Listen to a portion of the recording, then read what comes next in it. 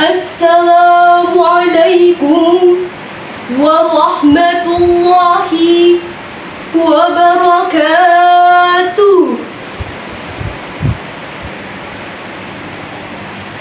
Alhamdulillahilladzi hadana lihadza wa ma kunna linahtadiya laula an hadanallah. May yahdihillahu fala mudilla lahu wa may yudlilhu fala hadiya lahu. Ashhadu an la ilaha illallah wahdahu la syarika lahu wa ashhadu anna Muhammadan abduhu wa rasuluhu la nabiyya ba'dah.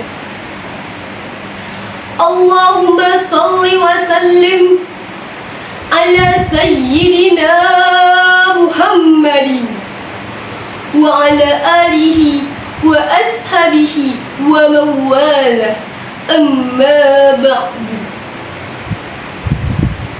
Yang saya hormati Bapak Kepala Sekolah SMK Negeri 5 Kota Bekasi, yakni Bapak Dr. Handes Sugiono MM.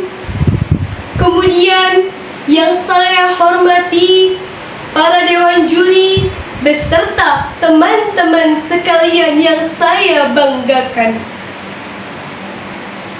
Pertama-tama, marilah kita panjatkan puji dan syukur kita atas kehadirat Allah Subhanahu wa Ta'ala yang telah memberikan kita nikmat, baik nikmat iman, nikmat Islam maupun nikmat sehat wal afiat.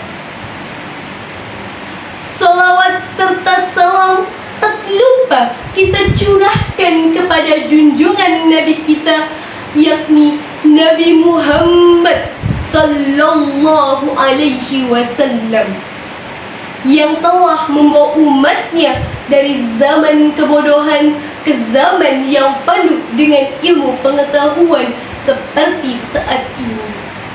Dan semoga kita semua mendapatkan syafaatnya di yaumul qiyamah nanti. Amin amin Allahumma ya rabbal alamin. Hadirin wal hadirah rahimakumullah. Pada dasarnya Allah Subhanahu wa Ta'ala telah menciptakan manusia dengan menyertakan dua hal, yakni akal dan nafsu. Apa itu akal? Apa itu nafsu? Akal merupakan suatu anugerah dari Allah yang diberikan kepada manusia dan digunakan untuk berpikir dalam segala hal. Misalnya sebagai alat untuk mentafakuri alam semesta sehingga mereka mampu mendapatkan petunjuk untuk beriman kepada Allah dan Rasul-Nya. Sedangkan nafsu juga merupakan anugerah dari Allah untuk seluruh makhluknya. Namun nafsu kerap dikaitkan dengan emosional. Singkatnya, nafsu lebih dekat kepada hal-hal yang negatif. Hadirin wal hadirah, nafsu manusia merupakan kekuatan dalam diri yang mendorong dan mengilhami kefasikan serta kejahatan dalam diri mereka. Nafsu tidak pernah berhenti bekerja, sekalipun hanya sesaat. Melalui godaan, nafsu selalu berusaha menjerumuskan manusia untuk keluar dari jalan yang lurus.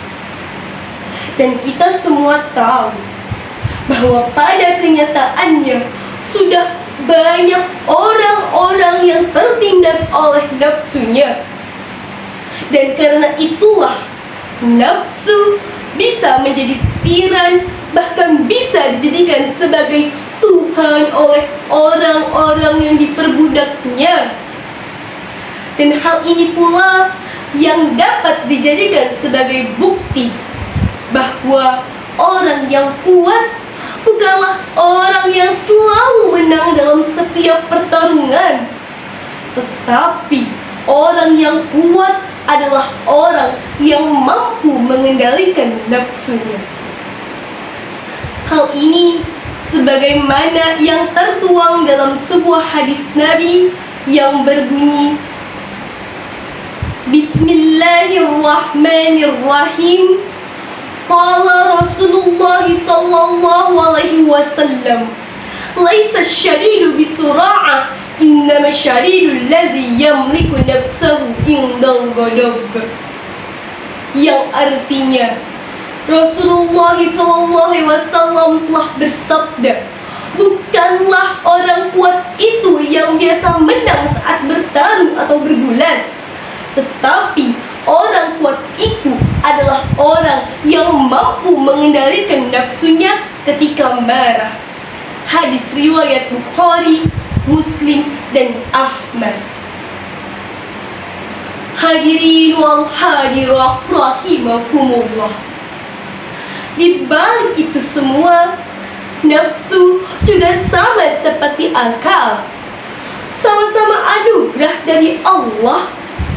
Dan karena sebagai anugerah dari Allah juga, maka nafsu tidak harus dibabat, dipasung, ataupun sampai dibasmi habis. Namun, nafsu harus dikendalikan, dikelola, dan diarahkan sehingga dapat menjadi sebuah kekuatan dan energi yang positif. Dan inilah yang biasa disebut dengan mujahadah an-nafs. Apa itu mujahadah an-nafs? Mujahadah an-nafs merupakan perjuangan sungguh-sungguh untuk melawan nafsu pribadi. Perjuangan ini dilakukan karena nafsu memiliki kecenderungan untuk mencari berbagai kesenangan, sehingga merasa bodoh terhadap kewajiban-kewajiban yang seharusnya ditunaikan. Siapapun yang gemar menuruti apa saja yang diinginkan oleh nafsunya, maka sesungguhnya ia telah tertawan dan diperbudak oleh nafsunya sendiri. Na'udzubillahi min dzalik. Maka hal ini pula yang menjadi salah satu alasan mengapa Nabi Muhammad SAW menegaskan bahwa jihad melawan nafsu lebih dahsyat dibandingkan dengan jihad melawan musuh. Hadirin wal hadirah, pada hakikatnya mujahadah an-nafs merupakan perbuatan yang berat, perbuatan yang sangat sulit untuk dilakukan, karena ia laksana perang melawan diri, sebuah pertarungan yang tiada henti dan berlangsung sepanjang ruh bersemayam di tubuh. Mungkin pertarungan ini memang berbeda dengan pertarungan yang dilakukan oleh para pahlawan kita untuk mengusir penjajah pada saat itu. Tetapi bukan berarti pertarungan melawan nafsu ini mudah, karena yang namanya pertarungan, yang namanya melakukan perang, apalagi perang melawan nafsu diri sendiri, sudah pasti itu juga merupakan hal yang sangat sulit untuk dilakukan.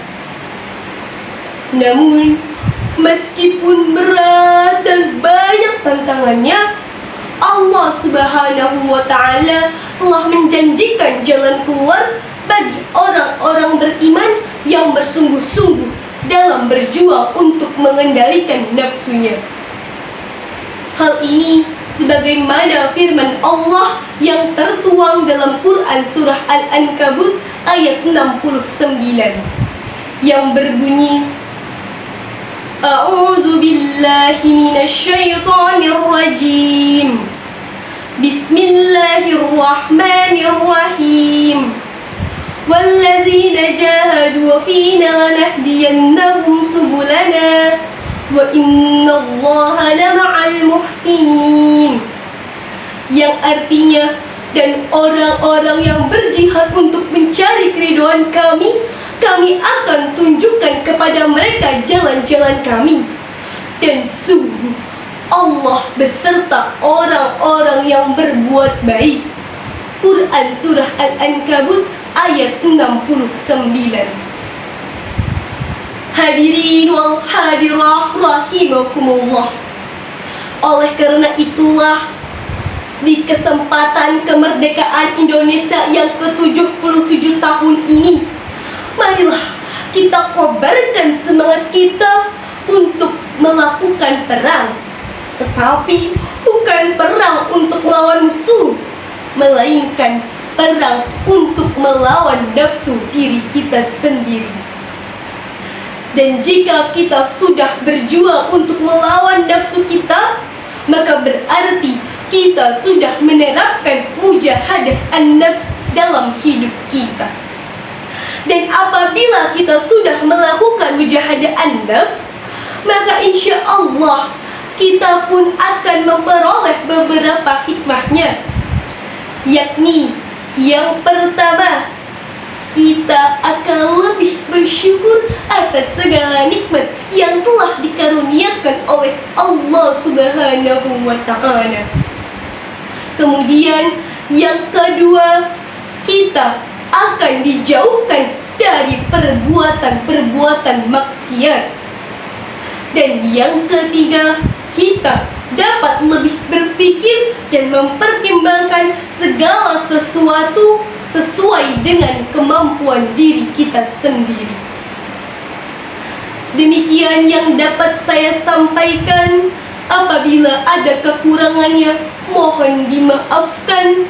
Semoga dapat bermanfaat bagi kita semua, khususnya bagi diri saya sendiri. Wabillahi taufiq wal hidayah. Wassalamualaikum warahmatullahi wabarakatuh.